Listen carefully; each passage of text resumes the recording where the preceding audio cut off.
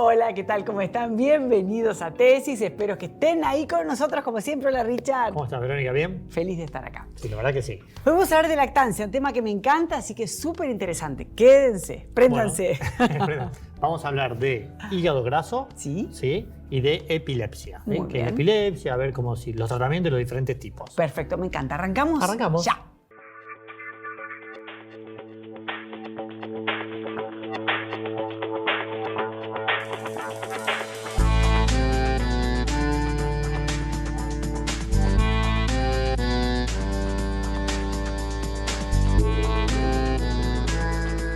Bueno, pero vamos a hablar del hígado graso. Ajá. ¿Sí? Para eso hemos invitado al doctor Federico Villamil, que es hepatólogo, ¿sí? Del Hospital Británico. Y bueno, que nos cuente a ver qué es el hígado graso, de qué se trata eso. A ver, vamos a hacerlo fácil. El hígado graso es la manifestación en el hígado de un incremento de la grasa corporal total. Digamos, el hígado graso hoy constituye, la palabra epidemia se refiere a las infecciones, pero uno puede decir que en el mundo hay una epidemia de obesidad y el hígado graso sigue esa línea. Es decir, el hígado graso tiene dos factores de riesgo así excluyentes.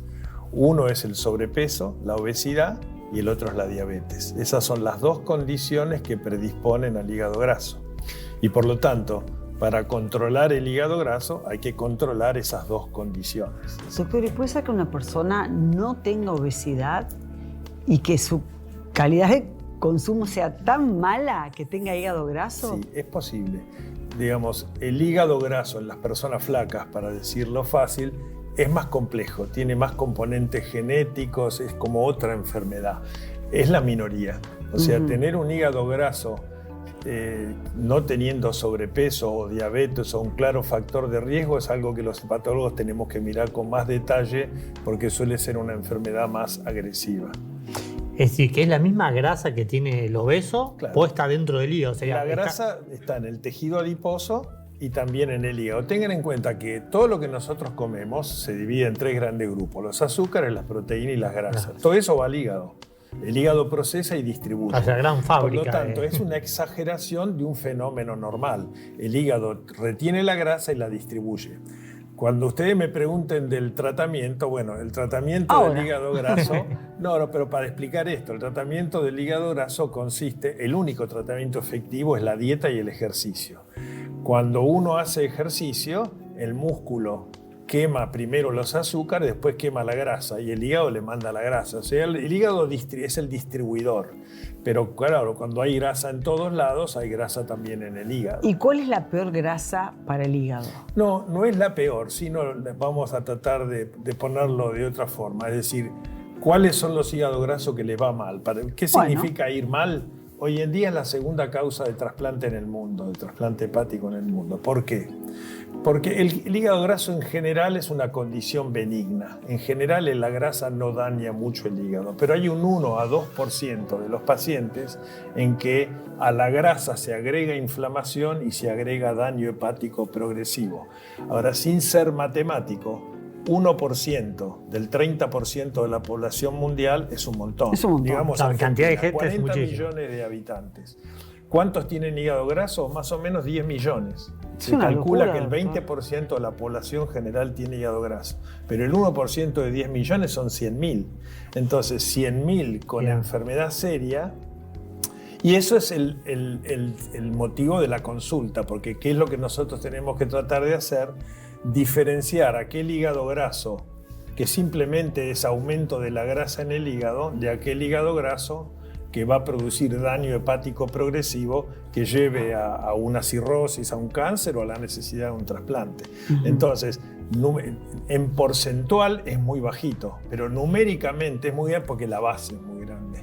Porque es así, se calcula que el 20 al 25% de la población mundial tiene hígado graso. Y si uno toma a la gente con sobrepeso, es más, es el 40%. ¿Y se puede revertir? Bueno, ahí viene lo interesante. El tratamiento más efectivo es la dieta y el ejercicio, pero ¿cómo lo mira la gente a esto? Y mira y agarra alguna de estas dietas intensas y entonces bajan 20 kilos en 2 meses y después lo vuelven a aumentar en los próximos 6. Y eso no solo no cura el hígado graso, sino que lo empeora.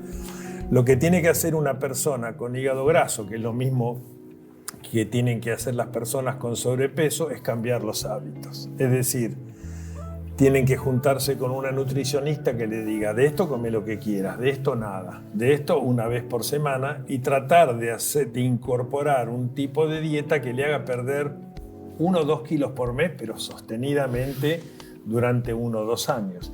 Y lo mismo con el ejercicio. No hace falta correr la doble bragado o una maratón. Significa que el que es oficinista camine, digamos, es que elige ir por la escalera y no por ascensor, entonces, digamos, incrementar. Claro, se sabe que este tratamiento es súper efectivo. ¿Cuánta gente lo cumple? 10%. Por lo tanto, todas las empresas farmacéuticas del mundo están buscando algún fármaco para esto, porque imagínate, es el jackpot, 20%, 30% de la población, entonces hay un montón de medicamentos en fase 3 tratando de buscar... Como para diluir, ¿no? Sí, medicamentos, sobre todo los medicamentos para estas formas graves de hígado graso, que son las que preocupan, las formas progresivas. Sí, el humano está más en facilismo. Digamos, si me puedo tomar una pastilla y evitar todo lo otro, va para eso. Dieta y ejercicio funcionan. El tema es cumplirlo.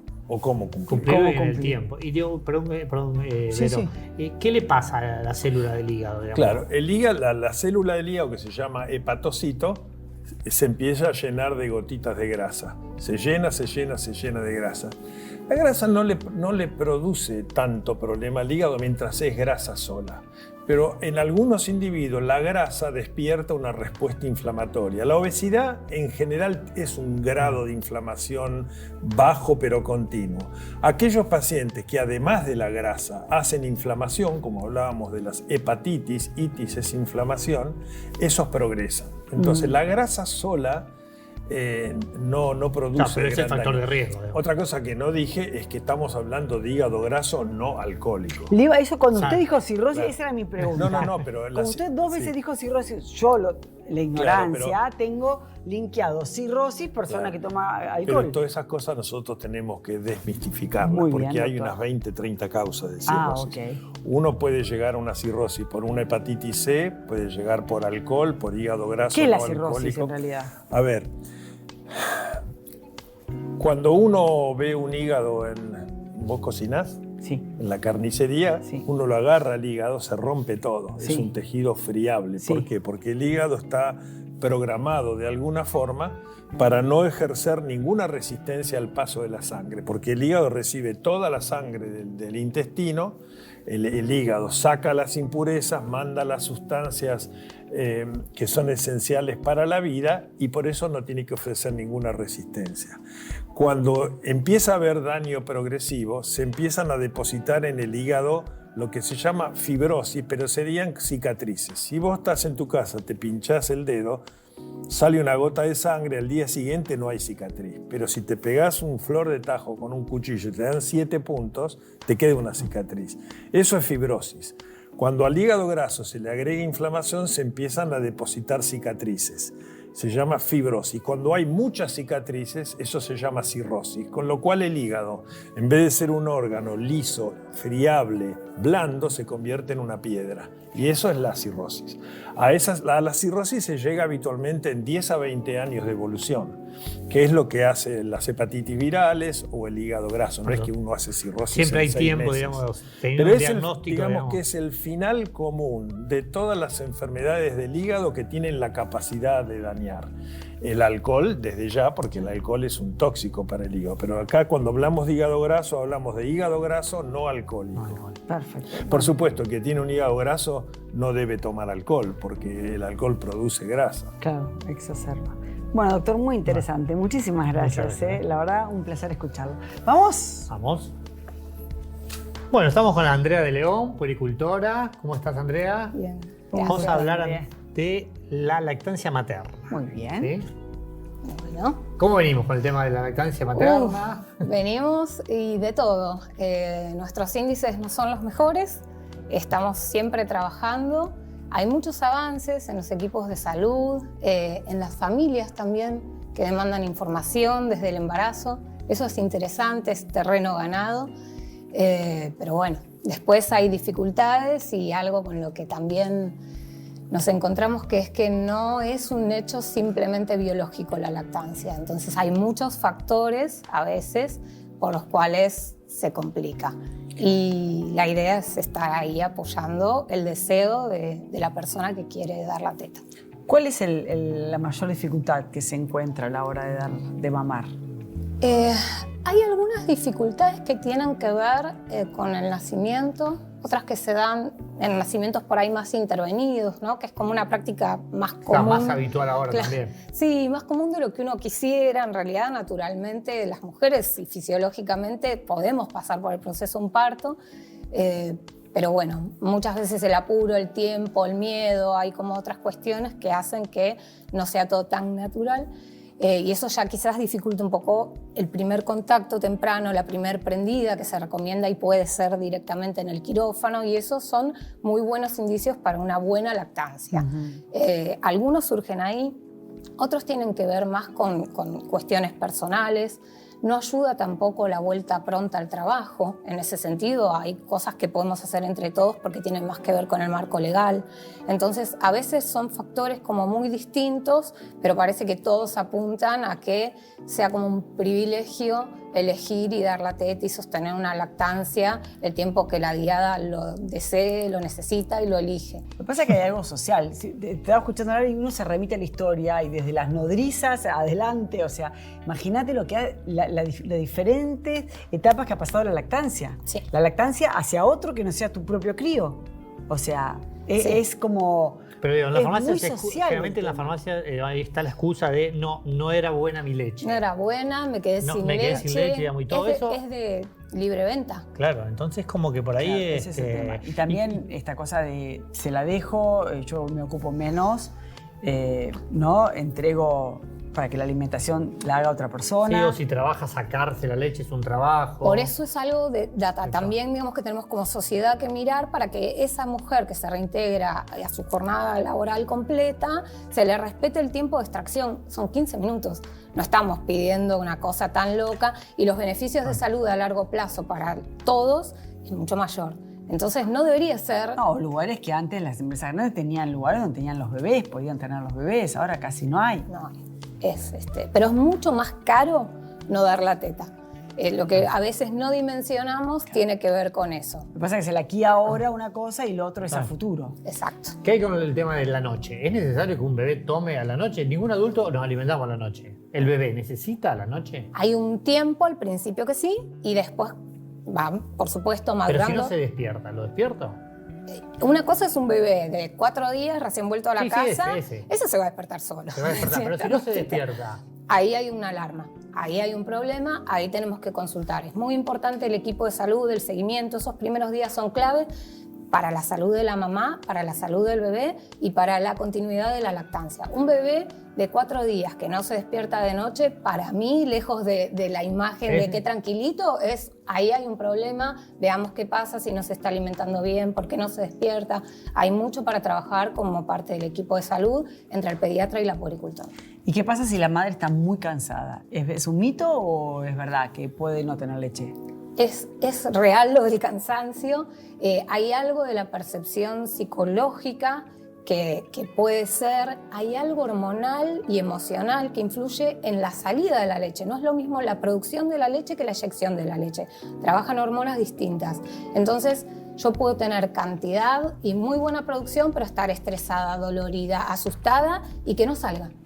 Que después cuando me relajo, me río, lloro, pasa algo, alguien me habilita, la leche fluye y sale. Entonces, muchas veces la percepción de no tengo leche no necesariamente tiene que ver con la producción en sí y la eyección muchas veces se favorece o se dificulte según qué nos está pasando.